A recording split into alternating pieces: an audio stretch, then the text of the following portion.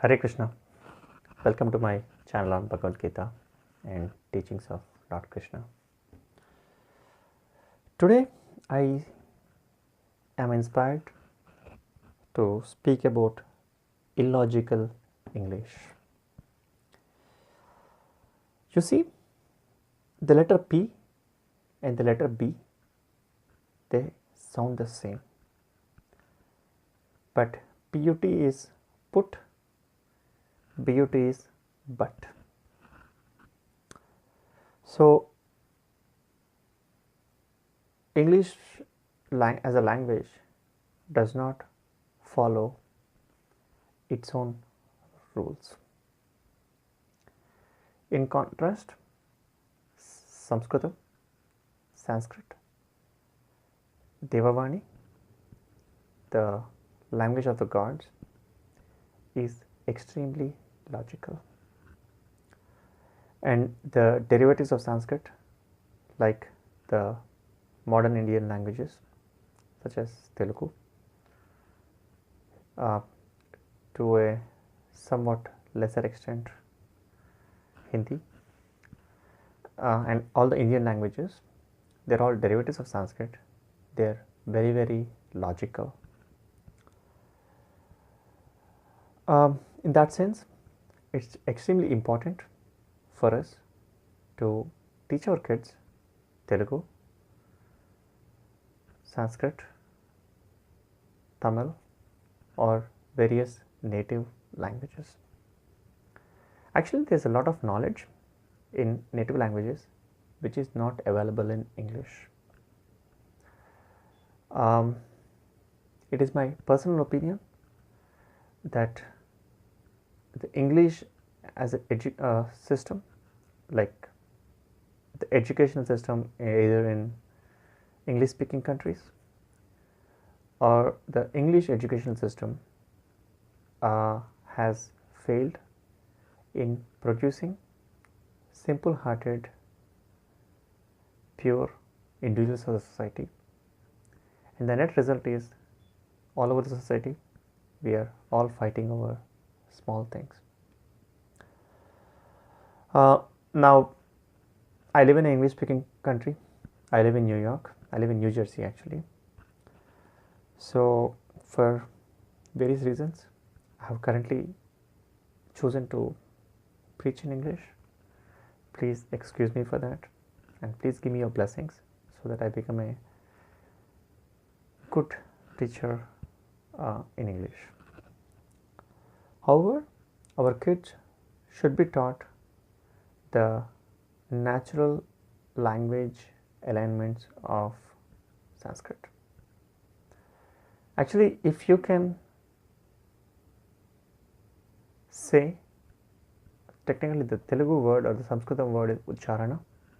If you can say all the Sanskrit words correctly, that means you are in perfect health.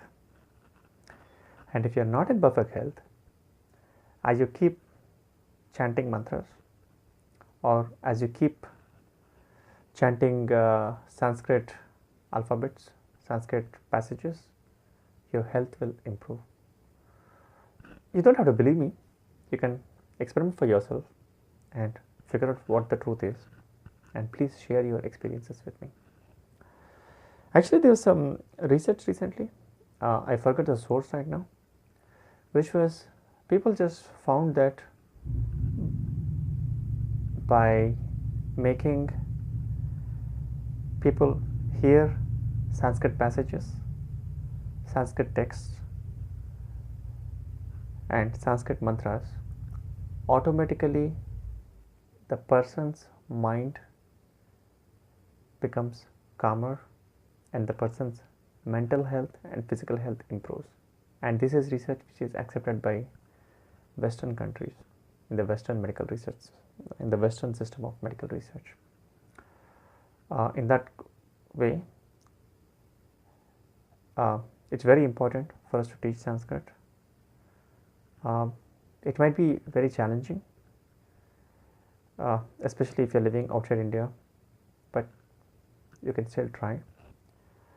For example, my kids are reasonably fluent with Telugu, and they are lucky enough to go to Sanskrit classes in New Jersey, and the class where they go to, there are around 120 kids who are taking Sanskrit. Actually, I know of very highly placed officials who are working in New York, but they send their kids to Sanskrit classes. Actually, luckily, while Hinduism has become somewhat weak in India, at least the Hindus in outside India are practicing the teachings of Srila Prabhupada, the teachings of Bhagavad Gita, the teachings of Srimad Bhagavatam to a very high level, so much so that maybe the center of gravity for Hinduism will shift to America in the future, actually Russia first. That's where the faith is the strongest. Actually, even from a mundane point of view, I went to Princeton University to do my PhD there, and some of my PhD colleagues, they are like, for example, I guess this person is from Indonesia, and this person said, my parents taught me English, and she deeply regretted not knowing the Indonesian native languages. It's awesome that you're teaching your kids to be fluent in English. Now, if your kids come back to you after 20 years and ask, hey dad, mom, why did you not teach me your native English?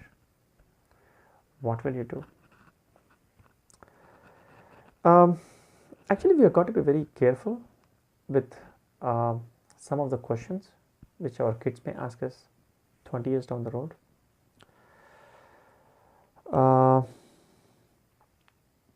I'm a very strict vegetarian, and I don't eat egg, especially after coming into ISKCON.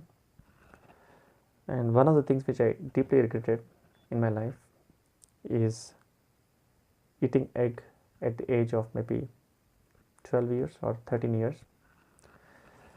Some well-intentioned but short-sighted doctor told me I am weak and therefore I should eat egg. And